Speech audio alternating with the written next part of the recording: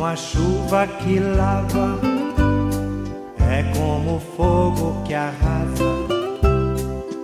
Tua palavra é assim, não passa por mim sem deixar um sinal. Cumprimento a todos e todas e convido para refletirmos a liturgia da palavra do primeiro domingo do Advento. No início do caminho do Advento, a palavra de Deus fala-nos da vinda do Senhor e dá-nos indicações para a prepararmos. Convida-nos a viver esse tempo com alegria e esperança, porque a nossa libertação está próxima, e desafia-nos a caminharmos atentos e vigilantes, escutando Deus e dando atenção aos irmãos e irmãs de caminhada. Na primeira leitura, pela boca do profeta Jeremias, o Deus da aliança garante a Judá que não esqueceu as suas promessas e que vai enviar um rebento da família de Davi para, através dele, concretizar esse mundo de justiça e de paz com que o povo tanto sonha.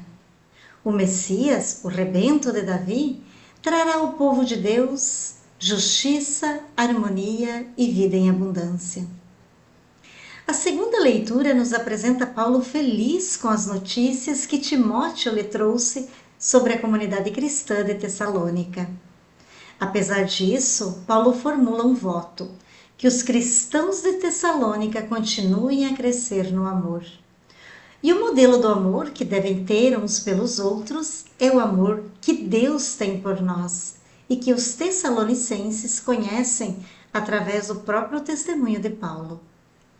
Esse amor deve ser recíproco, isso é, uns para com os outros e universal para com todos. Esse é o caminho que leva à santidade. É vivendo assim que se prepara a vinda do Senhor Jesus Cristo. Cristo, quando chegar, deve encontrá-los irrepreensíveis e santos, dando uns aos outros o testemunho do amor.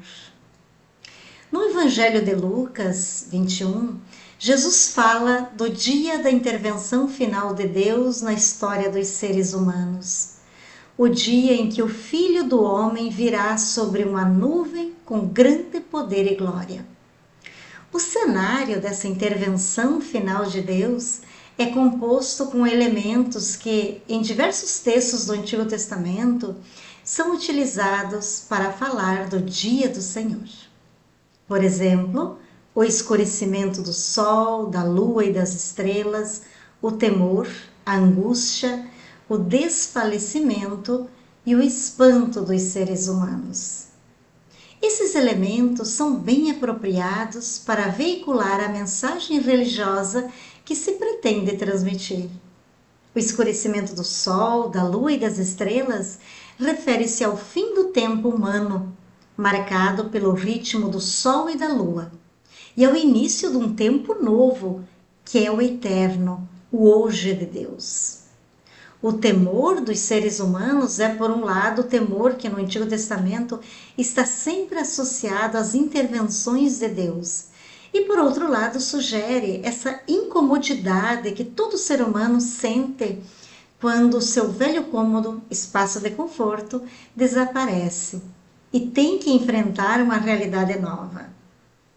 O rugido e a agitação do mar sugere o fim da ordem velha e o regresso da criação ao caos inicial, quando Deus criou o universo.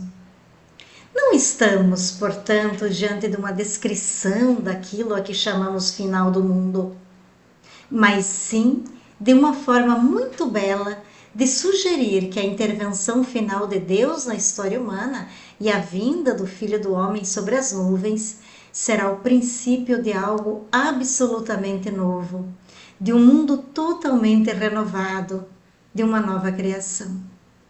De acordo com Jesus, o momento da intervenção definitiva de Deus, o dia do Senhor, será um momento de grande alegria e de grande felicidade para todos os filhos e as filhas de Deus.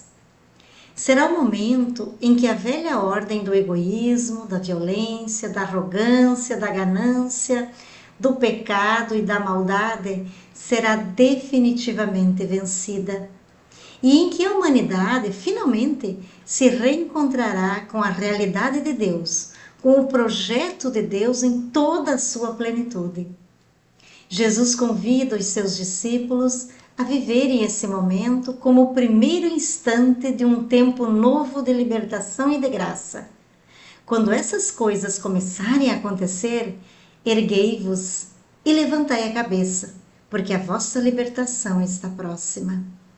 Ver-nos-emos então livres das cadeias que nos prendem às realidades velhas e transitórias desse mundo, para passarmos a viver na gloriosa liberdade dos filhos e filhas de Deus.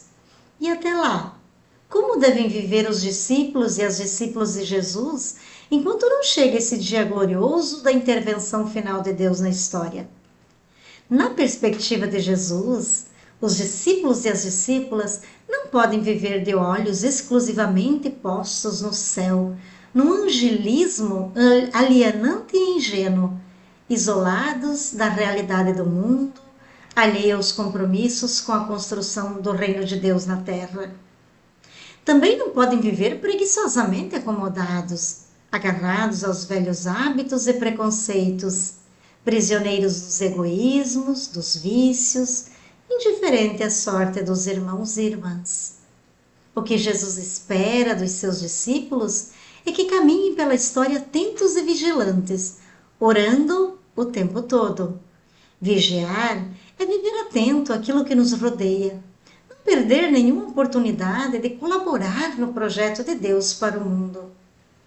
E a oração autêntica faz com que os discípulos e as discípulas se inteirem dos projetos de Deus, escutem os seus apelos, vejam os acontecimentos do mundo com os olhos de Deus.